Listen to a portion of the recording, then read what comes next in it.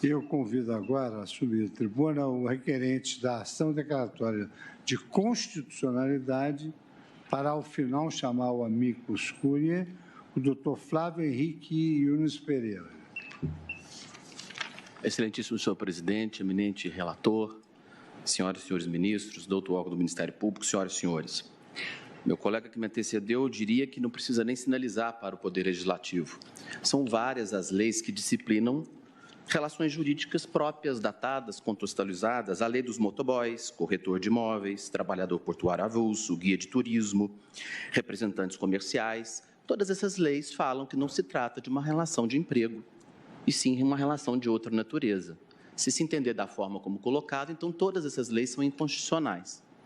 Por outro lado, o legislador, tendo a sua discricionariedade, e à luz do artigo 5º, inciso 13, que diz que é livre o exercício de qualquer trabalho ou profissão, atendidas as qualidades profissionais que a lei estabelecer, editou a Lei 11.442 de 2007, que trata, como dito pelo relator, de uma relação jurídica entre o transportador autônomo de carga, conhecido como freteiro, e a empresa de transporte de carga.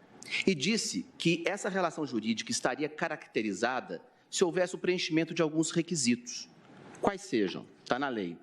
O transportador autônomo tem que ser proprietário do caminhão, proprietário de um caminhão, ele tem que ter um registro na NTT, ele tem que ter um curso específico ou 3 anos de experiência e, portanto, se não atender a esses requisitos, não estará configurada essa relação jurídica da 11.442. E é nesse contexto que o artigo 5º diz que não haverá vínculo de emprego. Não haverá vínculo de emprego atendidos os requisitos da própria Lei 11.442, que são esses.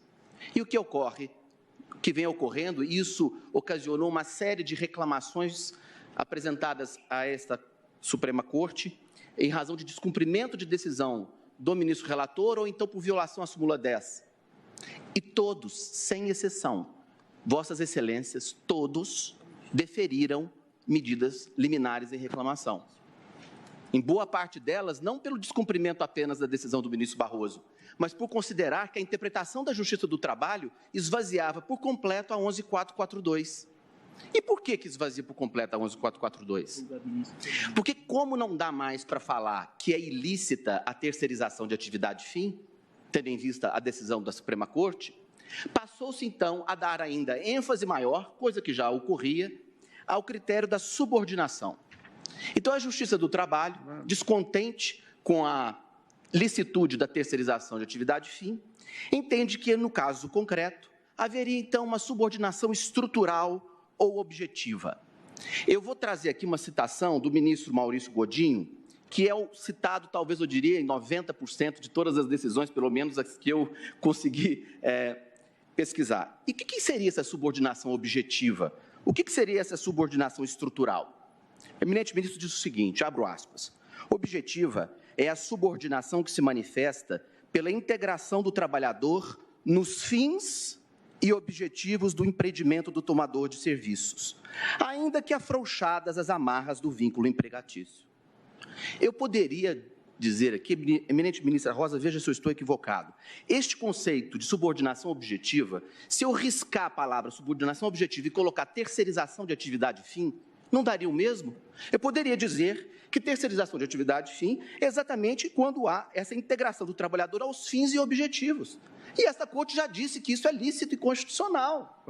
Na verdade, trocar 6 por meia dúzia para não cumprir a decisão do Supremo Tribunal Federal é, com a devida vênia, aí uma forma indireta de descumprir a decisão dessa Corte.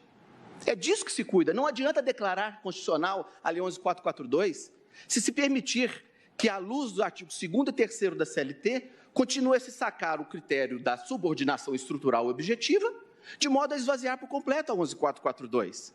Os senhores poderiam me perguntar, então significa que não vai poder examinar fraude mais? E se o trabalhador alegar que tem fraude na relação jurídica dele? Claro que pode. Mas à luz de qual regime jurídico? Porque nós temos 2 normas infraconstitucionais. É preciso lembrar que se trata de uma consolidação das leis do trabalho e não uma constituição das leis do trabalho. Porque, infelizmente, com a devida vênia, interpreta-se tudo mais à luz da CLT, como se a CLT fosse a Constituição. E a Constituição não colocou quais são os requisitos de emprego. Os requisitos de emprego estão na lei infraconstitucional, que não vale mais que a 11.442. A 11.442, ministra Carmen, diz assim, preenchidos os requisitos, tem caminhão, tem registro, tem isso, é a relação jurídica tratada por aqui, e não há vínculo de emprego. O artigo 2, 2º e 3º, à luz da subordinação, ainda mais uma subordinação dessa amplitude, fala tem vínculo de emprego. Diante desse conflito aparente de normas, aonde que a gente resolve isso? Na lei de introdução às normas do direito brasileiro. E qual é a norma específica e posterior? A 11.442. Mas aí entende-se que é como se a CLT fosse mais que outra lei infraconstitucional. Esse é o problema. O problema é de ordem com devida vênia, quase que ideológico, porque não é jurídico. Porque não é mais. Isso aí é claro que não é. Então, o problema que nós estamos ocorrendo é até de... Eu não precisaria dizer nem que se aplica a 11.442, dada a especificidade, a sucessividade. Eu poderia ir na CLT. A própria CLT, se não fosse vista em recorte, coloca ela no seu artigo 442B. É verdade que com a reforma trabalhista, aspas, é verdade que com a reforma, a contratação do autônomo, cumpridas por este todas as formalidades legais, no caso a 11.442, com ou sem exclusividade, de forma contínua ou não, afasta a qualidade de empregado prevista no artigo 3º. Mas, Flávio, continua o problema, e se tiver fraude? A fraude é à luz dos requisitos da 11.442. Exemplo, no contrato previsto na 11.442, houve vício de vontade. Ou então, o registro na NTT é inválido. Aí nós estaríamos diante de uma fraude à luz do regime jurídico aplicável ao caso concreto, que é a 11.442. E não me socorrer da CLT numa subordinação com essa tamanha amplitude, para então dizer, olha, não estou brigando com a 11.442, não, porque é isso que os magistrados, por exemplo, muitas vezes, ao responder as informações em todas as reclamações colocadas, disseram, não, nós não estamos brigando com a 11.442, não, e também terceirização da atividade fim pode, está tudo bem, mas aqui eu vejo uma subordinação, por quê? Porque ele definiu a rota, a empresa definiu a rota. Senhores, tem uma razão para ser, quem paga o seguro da carga é a empresa. E um pintor, quando vai lá em casa, pintar lá em casa, eu falo o horário que ele vai pintar. Eu falo a cor que eu quero. Parece que a prestação de serviço não envolve um mínimo direcionamento. Então, usar o crachá, acabou, é subordinação. Infelizmente, eu não consigo, com a devida vênia, reconhecer que haveria uma inconstitucionalidade numa norma, na discricionalidade do legislador, que estabeleceu requisitos objetivos para uma determinada categoria.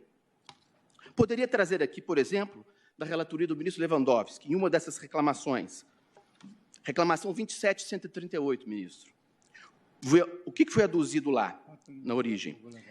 Há vínculo de emprego porque definiu as rotas.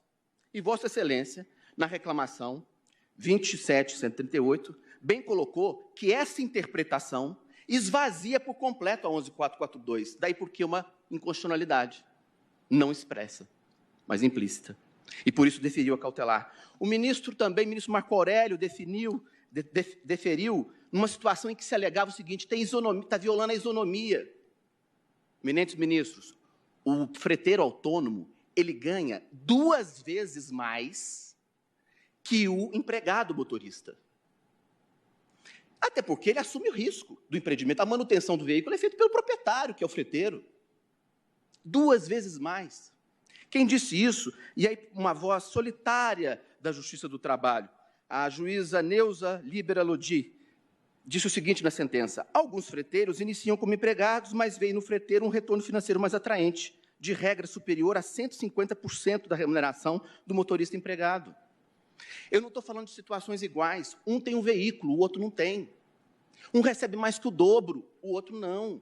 Um está registrado na NTT, o outro não. Essa lei 11.442, ela estabelece funções para uma agência reguladora. Nós não estamos falando de uma coisa solta, nós estamos falando de uma lei que realmente estabeleceu critérios objetivos, papéis determinados, para que se pudesse, então, dizer, não forma vínculo de emprego. Há também que lembrar que não se trata de uma categoria hipossuficiente. Dizer hoje que os freteiros seriam uma categoria hipossuficiente seria negar a realidade. Eles pararam o Brasil algumas vezes. E há uma confederação sindical representando essa categoria. Nós não estamos tratando aqui de hipossuficientes, não.